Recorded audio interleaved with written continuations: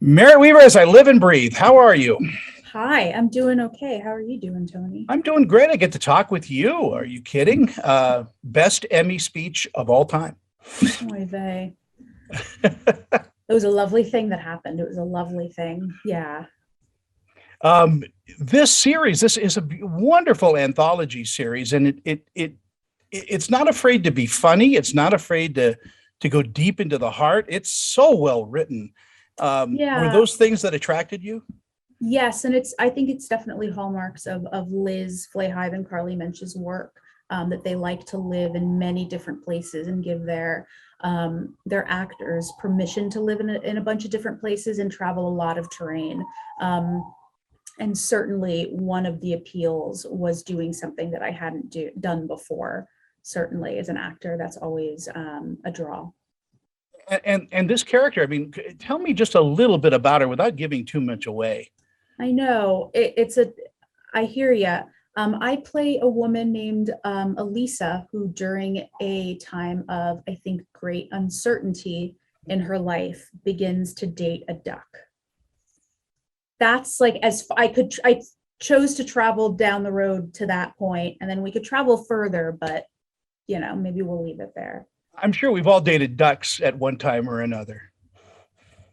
Sure. Yeah, why not? Why not? Um, Needless to say, though, there's a poignancy and a relevancy to the story as well. I hope so. I don't think it'd be worth doing if we were just trying to show something like out there. I think that what they're doing with these episodes is to put people in extraordinary circumstances, perhaps absurd, certainly heightened, as a way of externalizing something very important that's happening internally. But yeah, I don't think that the point of the episodes is like, come see a weird thing. I think that they're trying to tell a tale. I mean, they describe them as fables, and fables often use animals, and other such things. Um, uh, Inhuman things to describe things that are very human. Do you have any desire at any time to step behind the camera and direct? I'm still trying to figure out how to act. You You know got what I it mean? down pretty well. Well, thanks, but I still find that mountain like enough for me.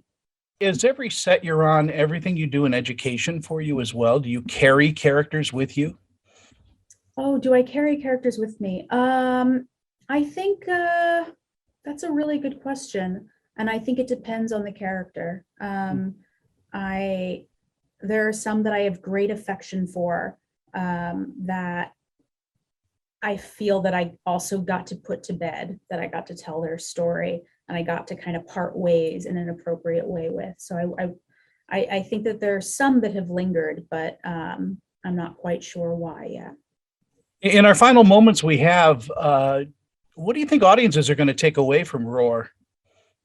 I don't know. I think one of the dances I'm trying to navigate with press is not wanting to be prescriptive. I'd like people to be able to come to the episodes and these tales and encounter the material on their own freshly, and not be too prescriptive and what I think it means or what I think they need to experience or take away from it.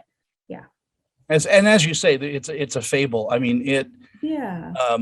it goes to me. It's like a Twilight Zone where there's a moral to everything, and you walk away going, Right. well, yeah, this is beautifully done.